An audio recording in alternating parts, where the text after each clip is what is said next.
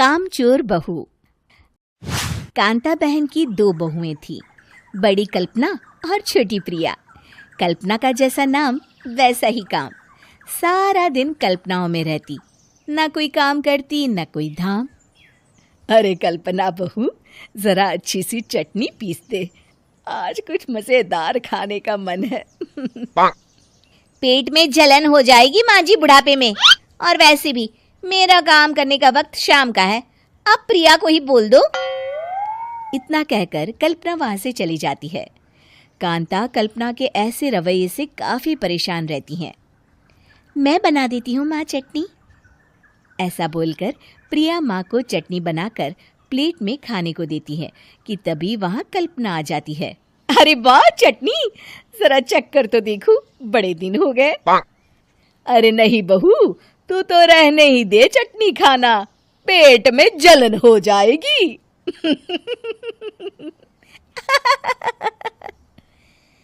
इतना कहकर कांता और प्रिया दोनों हंसने लगते हैं। कल्पना सारा दिन या तो मोबाइल में यूट्यूब देखती या फिर सोती रहती। उसका कमरा भी बिखरा और गंदा रहता। एक दिन कल्पना का पति अशोक उससे कहता है, अरे कल्पना, जानवर भी उस जगह को साफ कर लेता है जहां वो बैठता है, तुम तो इंसान हो, कैसे इतने गंदे कमरे में रह लेती हो? देखो सारा सामान यहाँ वहां बिखरा पड़ा है। ज्यादा अपनी माँ का बोल ना बोलो। हाँ, कमरा तुम्हारा भी तो है, गंदा लग रहा है तो साफ कर लो। पता नहीं तुम्हारे साथ मैं कैसे जिंदगी बिताऊंगा। इतना कहकर अशोक वहां से चला जाता है। कल्पना बस खाना खाने कमरे से बाहर आती और फिर से कमरे में चली जाती। इससे कांता बहन काफी परेशान रहती।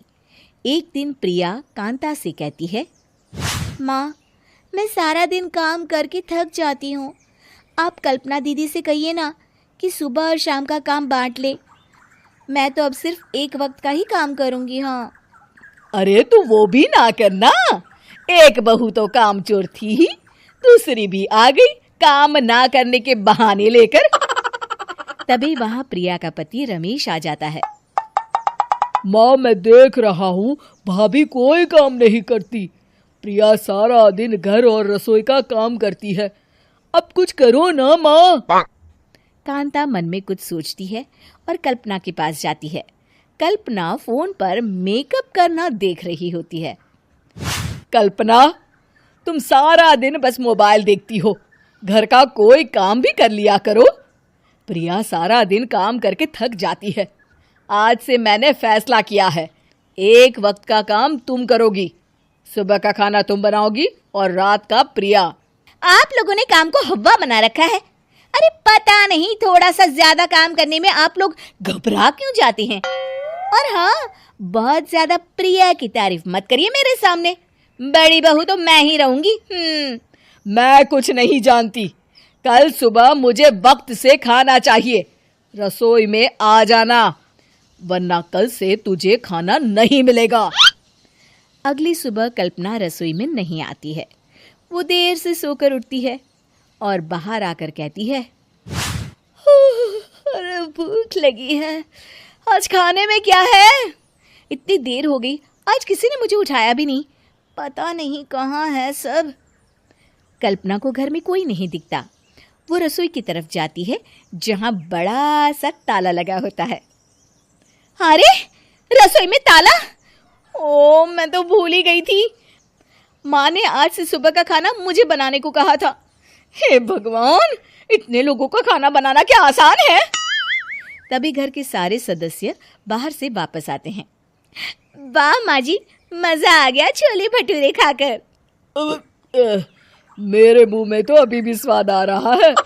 अरे कल्पना, तेरे भरोसे रहते तो हम तो भूखे ही रह जाते।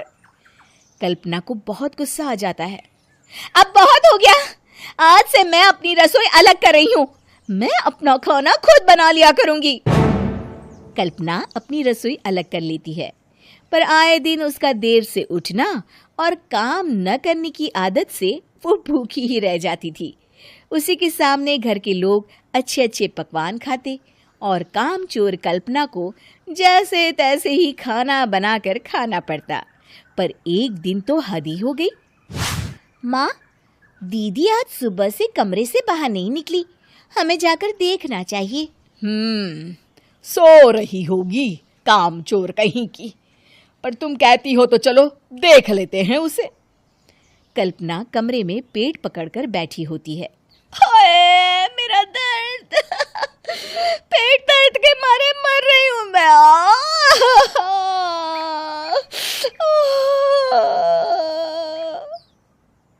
अरे दीदी, क्या हुआ? पेट में दर्द क्यों हो रहा है? डॉक्टर को दिखाया आपने? माँ, कल्पना खड़ी होती है और माँ जी के पास आती है। मुझे माफ कर दीजिए, अब से मैं सारे काम में मदद करूंगी, कभी आलस और काम चोरी नहीं करूंगी। हाँ हाँ, वो तो ठीक है, लेकिन अचानक क्या हो गया जो तू काम करने को तैयार हो गई? कामचोर कल्पना। माँ, लगातार बासी और उल्टा पुल्टा खाना खाने के कारण मेरे पेट में इन्फेक्शन हो गया है। काम न करना पड़े इसलिए मैं 2 दिन का खाना एक दिन ही बना लेती थी। बासी और खराब खाना खाने के कारण लेने के देने पड़ गए।